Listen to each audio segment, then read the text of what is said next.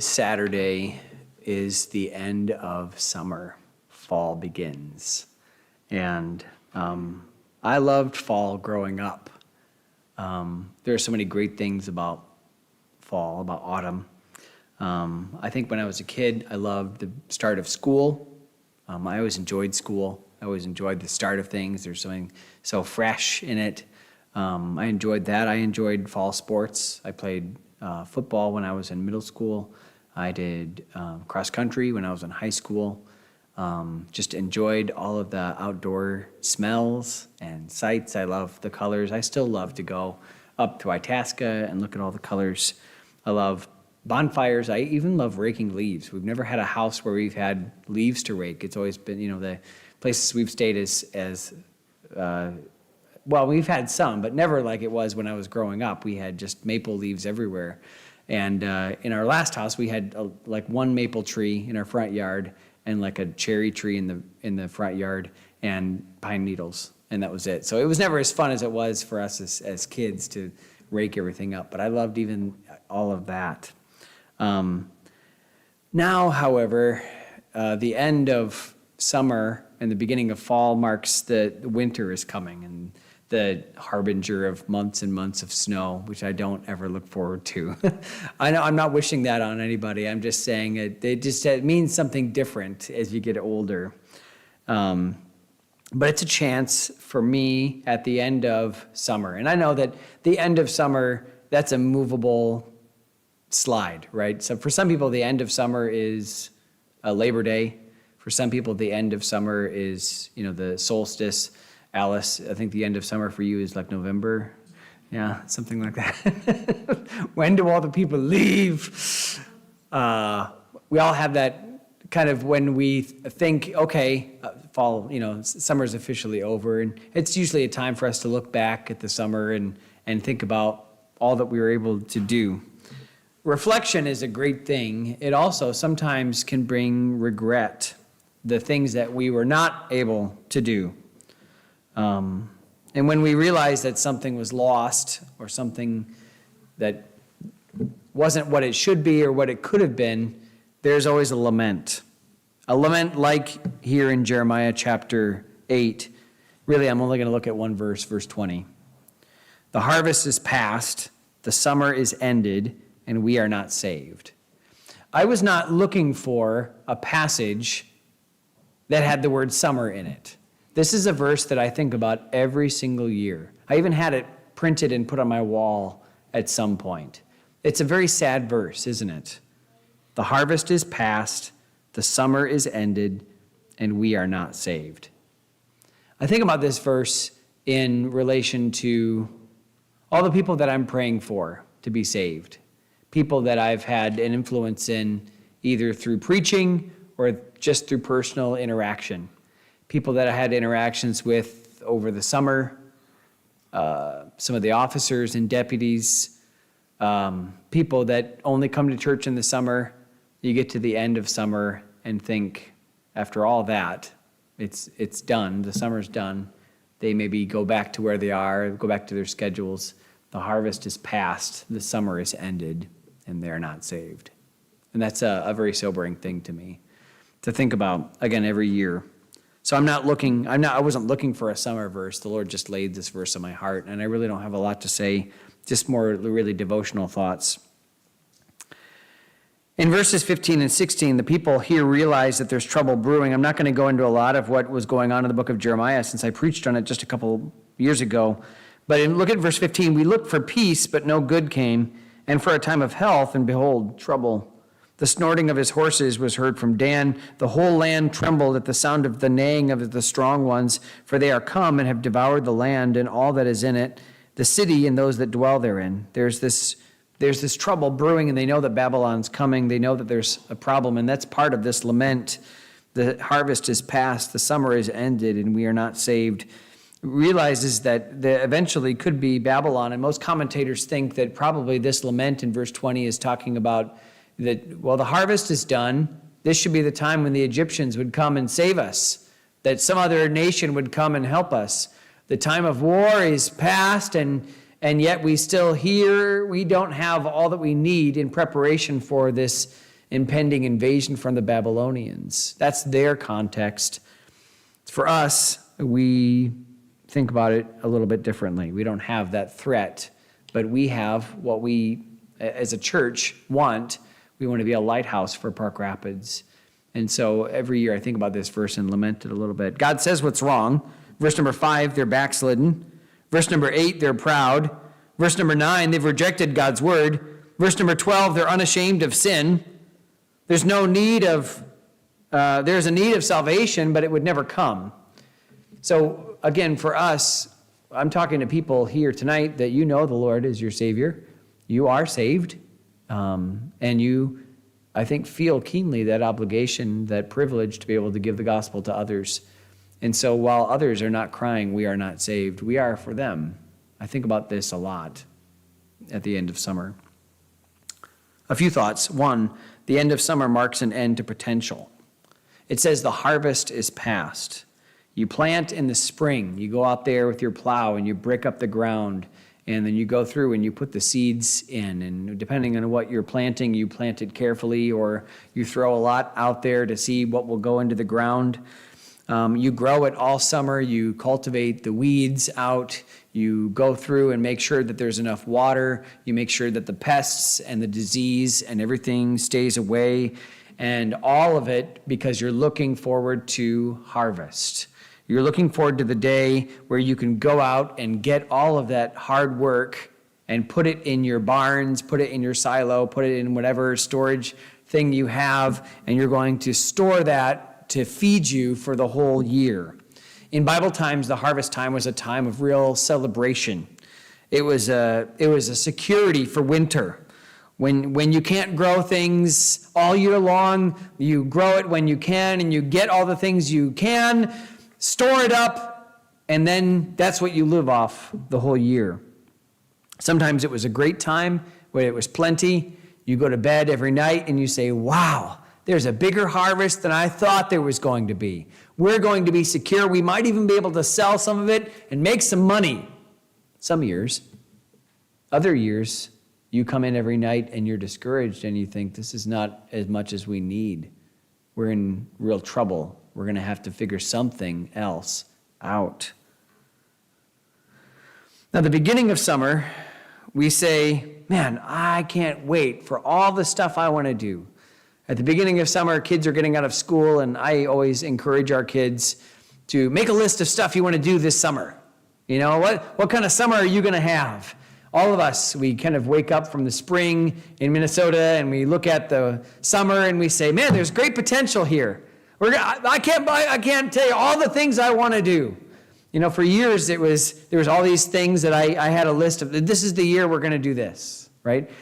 For every year, for a while, we would go camping every year during the summer. Well, our camp stuff is somewhere in storage. I have no idea. So we didn't go camping this year, you know. Last year, we went to a baseball game, and that was the Fargo-Moorhead Redbirds, Redhawks, I don't remember. But anyway, the baseball team in Fargo. We went to a baseball game, and I was like, that was our summer thing. You know, we all have this, but at the beginning of summer, you always think about all the things you're going to do over the summer, all the things you hope to do. How many times are you going to go to Dorset and eat at Campaneros or get some ice cream somewhere? How many times are you going to be out on the trail? How much are you going to be able to get out on the lake and at least just look? Or how many times are you going to go fishing, right? At the beginning of summer, you always have this idea of what things are going to be like. For some people in Park Rapids, this was going to be the summer that they got sober. They were going to get their life back on track. There was great potential. This is the summer when I'm going to have everything work out for me. This is the summer I'm going to get a summer job and I'm going to make a little extra money. But also, for a lot of people in town, summer meant parties and friends and other priorities. And summer is a time of fun. And summer is fun. That's one of the great things about it. It's just a great, fun time. You get to do all the things you can't do in the wintertime. For us as a church, we had a revival meetings in April, I think it was, or maybe it was in May. I think it was in May. We'd come back from our vacation and things were melting, and it was in May. I think it was in May. And John Van Gelderen was here. Remember, those were great meetings. Man, we had a great turnout, and it seems like people were really understanding the messages. And I'll tell you what, at the end of that week, when John preached that message about being a soul winner and being an evangelistic, I was excited for summer. I was excited to see how many people. I even thought, I wonder how many tracts I'm going to give out this summer. I wonder how many times I'm going to be able to go uptown and just hand out tracts to people. I wonder how many people are going to be saved because of all that we're going to be able to do for the Lord. I was excited for for outreach. I was excited at seeing people saved. Remember, we said we're going to have Wednesday outreach. We're going to start that up again, 4:30s, and we're going to every Wednesday we're going to go out there. And we're going to try to talk to people about the Lord. We were thinking about the fair. We have our vision meeting, and oh man, when the summer comes, we're going to have the fair. We're going to have all these opportunities to preach to people. We're going to plan VBS. We're going to have a bunch of kids, and I thank God for 88 kids that came throughout the whole week. I thank God for all the tracts and Bibles we were able to pass out at the fair. I don't want to take away from that at all. But now the harvest is past, right? What we have is what we have going into the winter. We don't have another chance to go and set up another booth at the Hubbard County Fair. We can't do VBS. All the kids are back at school. Even what we've tried to do in the past, some during the year activities, hasn't really worked out. Kids are so busy these days, more busy than we were. Sports are starting earlier and earlier. There's all these extracurricular activities for them to do. It's hard to do outreach, but man, VBS was great and other opportunities that we had. But now those opportunities, the potential is gone. Some who were going to make the most of their summer, that's all done now. And if there was going to be that great harvest that Jesus talks about, the harvest that is white unto harvest, the fields that are white unto harvest, it's too late to get that now this summer. That potential is gone.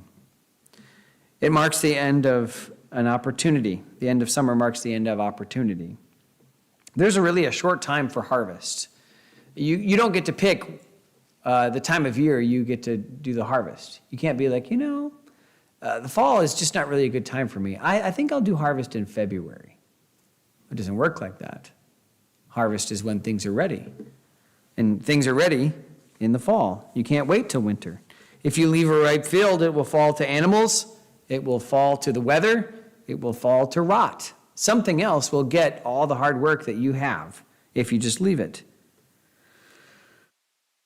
So what people in Bible times would do is they'd gather all their friends together. They'd gather as many people as they could, and they'd say, come and help me with this. If you're done with your fields, come and help me.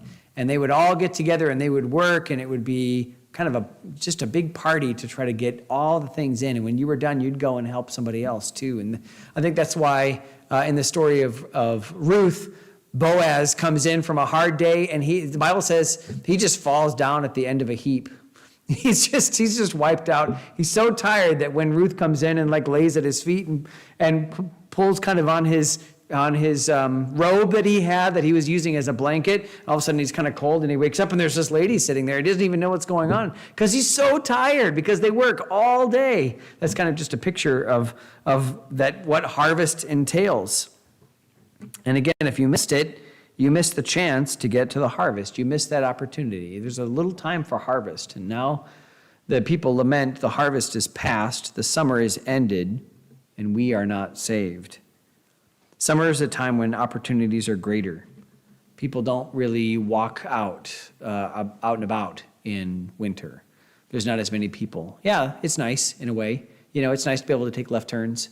It's nice to be able to not wait in line at your restaurant or wherever you're going.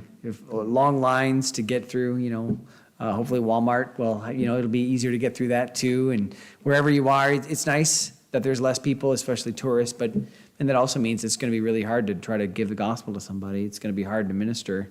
Winter's a hard time for a lot of people up here. They get really depressed and they really struggle. They're not seeing as many people, and people feel more isolated. If COVID restrictions come back, people are going to feel even more isolated, and that's going to make our job even harder. I struggle to connect with people in the summertime, and now that the harvest is past and the summer is ended, it's going to be hard for me to meet with people who are not saved. I have to be really, really intentional with that. That's why one of the reasons I'm so thankful for the chaplaincy program that I can have where I can reach out to people. It gives me a chance, but even that is a pretty small pool. There's not a chance for me just to meet with people in the community. How would I do that? It's a lot harder now. In winter, everybody kind of goes back into their homes. We all kind of go and hibernate, and it just gets harder to even pull them out of that. Do you want to come and have coffee with me? No, it's kind of cold. No, I don't really want to put all my stuff on and get out and get in my car and drive somewhere. It's a lot harder. People are a little more cynical. People just aren't as happy as they are in the summertime. The opportunities we had in the summer, I'm saying, are gone now that the summer is gone. Now, for opportunities of people that are lost, we can't really do the outreach on Wednesdays. We tried for a while. I remember Al Henderson and I going to this house, and we've been going I think it was Thursday nights we were going calling. And we had been going, and then it was early October, and it was really dark now by the time we were going. I think it's 6 at night. It was dark, and I remember we knocked on the door, and that night we just got a different reception with everybody. We'd knock on the door, and people would open the door, and they'd look at us like, "What are you doing here?" All summer, when we would go knock on doors on Wednesday afternoon, we had just great reception. I can't tell you how many people that didn't want us there, but they were just very nice. Minnesota nice, but they were nice, They were cordial, but people they're out in their yard, they're willing to talk. They're just a little more free to talk. But in the wintertime, you can't really go door to door. I know some people do it. Down south, they can do it, but I know even people that Minnesota, they go door to door. I've just not gotten that opportunity here in Park Rapids. That opportunity is closed in the wintertime. People aren't really willing, like it was, to invite you in, and they don't really want to stand there on the front door, and they don't really want to stand there with the door open. So they just don't open the door. So those opportunities are gone now that the summer is gone.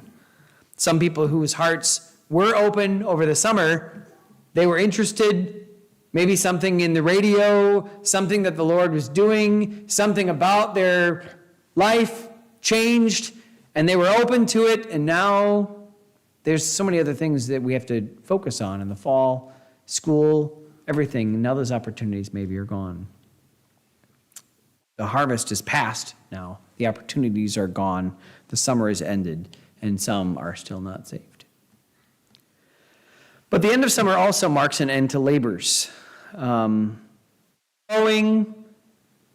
everything throughout the year, the harvest is the toughest time of year. It really is hard to do all of that labor.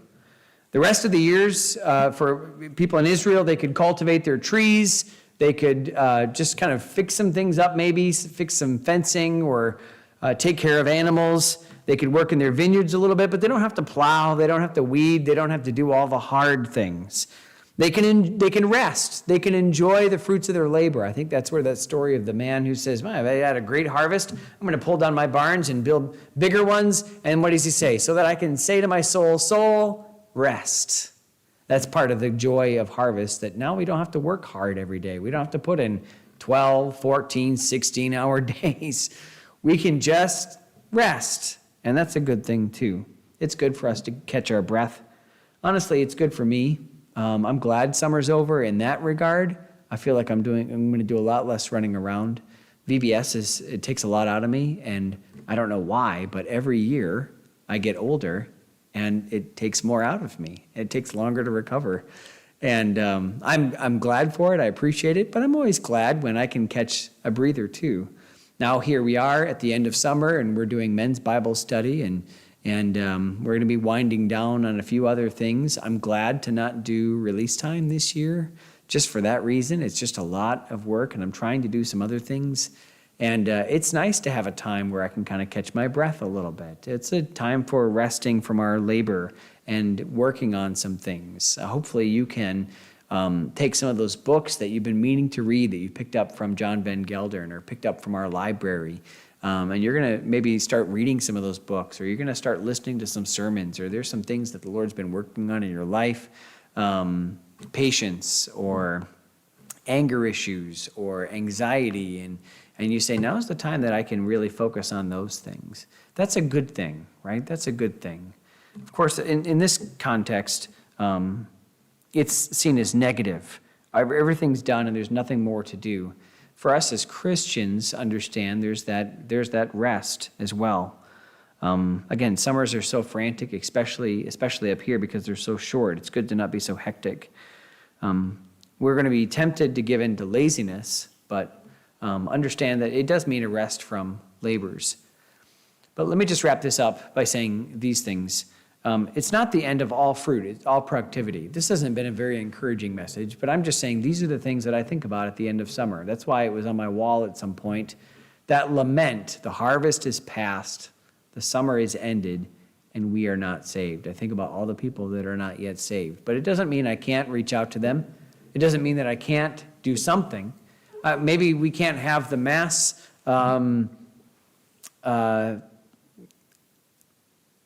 outreach that we normally have, but there are also other things that we can do. There's still a great potential for growth and ministry and fruit. Here we are, not in the summer, and we had close to 90 people here this morning, some of whom were first-time visitors looking for a church home, some of whom are not believers and still curious, but they still come. I have great counseling potential. You can still meet with your neighbors.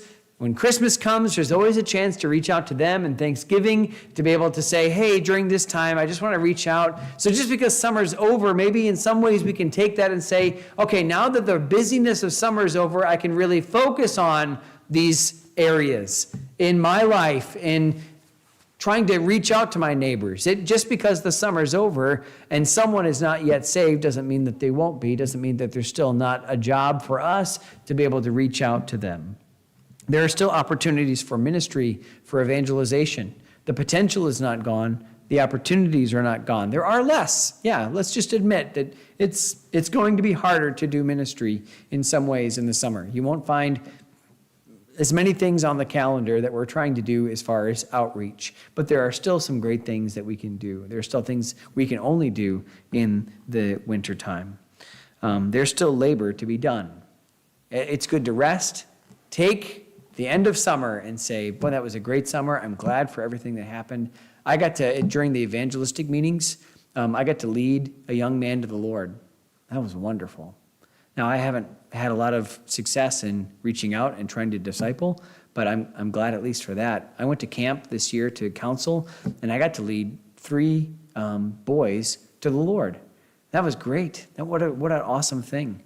Just a couple, 2-3 weeks ago, there was a young man that came to the church to talk to me, and I got to sit down in my office and lead him to the Lord as well. What a great harvest. What a great summer.